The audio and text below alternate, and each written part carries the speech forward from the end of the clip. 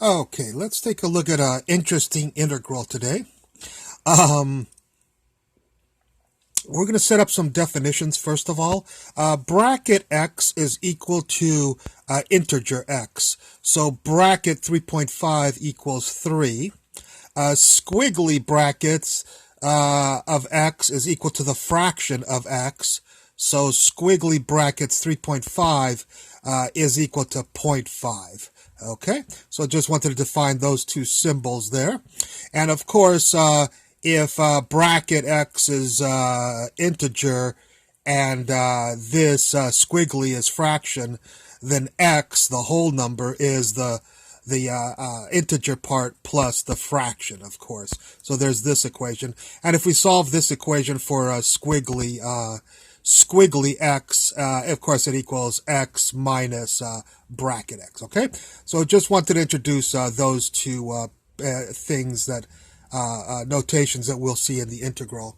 Well, of course, here's the integral that we have. It's the integral from 0 to 1 of x, squiggly line 1 over x, or the fraction part of 1 over x, dx, okay? So what we're going to do first of all is do a substitution. We'll let x equal 1 over y. If x equals 1 over y, then dx is equal to negative dy over y squared, of course, taking the derivative of this. And so we can make our substitutions. For x, we'll put 1 over y. For 1 over x, we'll put y. Of course, squiggly is squiggly. For dx, we'll put all of this, negative 1 over y squared dy. And of course, we'll have to change the limits. If x is 0, if x is 0 right here, then y would have to equal infinity. And if x is 1 right there, then y would equal 1. So the limits won't go from 0 to 1. They'll go for y, they'll go from infinity to 1, which I wrote right here, from infinity to 1 for y there. Okay, to go from here to here, we have 1 over y and y squared on the bottom gives you the y cubed right here. The negative right there, it flipped the integral limits. So the negative went away and the integral limits went from 1 to infinity.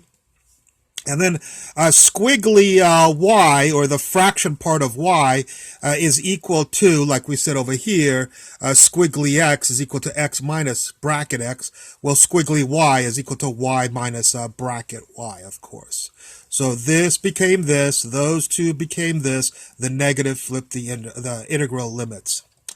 We'll break this integral apart. Of course, y over y cubed is 1 over y squared. And then this over this is sitting right there. So we'll do two integrals instead of one. This is right here. What we're going to do now is replace replace our limits from 1 to infinity. We're going to introduce k. And we're going to go from k to k plus 1. And what we'll do is we'll let a k here, we'll do the sum of this integral from 1 to k plus 1, but we'll let k go from 1 to infinity, okay? And we'll see why we're doing that. This stayed the same. This still was dy over y squared minus, but this is the integer of y right here. Remember, this was the integer of the inside. So if this is the integer of y, then it's the same as k, which is an integer. So we'll just put for the bracket y, integer y, k right there. But this will remain y cubed, of course, right here. And there's the dy. So this became this with a transformation, a k transformation, like this. Okay, this integral is easy enough to do. And this integral is easy enough to do, of course. The integral of 1 over y squared is negative 1 over y.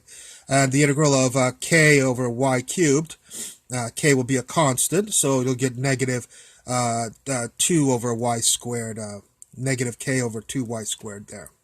So we just did the integral from here to here. Let's pop in the limits. K plus 1 in here will give you this guy. K will give you this guy right here. And over here, k plus 1 in here will give you this. And k will give you this right there. And so we evaluate the limits, the integral limits from here to here. And now we're going to do the summation of this right here. If you stick in 1, you get 1 over 1.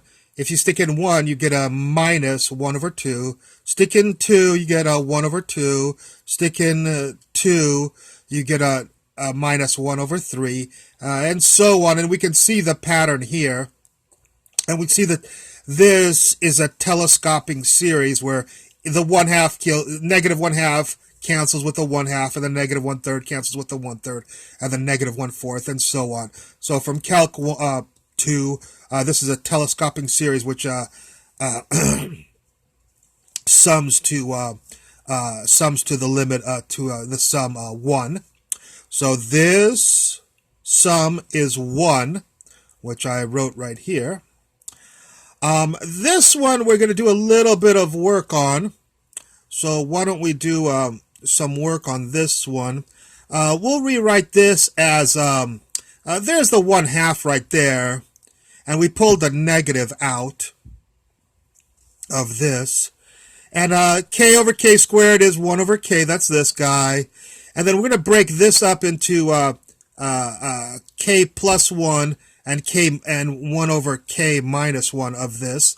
So this k over k plus 1 squared becomes a negative all of this k plus 1 over k plus 1 squared plus 1 over k plus 1. I'm sorry you can't see that, but that's 1 over k plus 1 right there. Alrighty. I'm sorry, that's 1 over k plus 1 squared. I rewrote it down here. I'm sorry.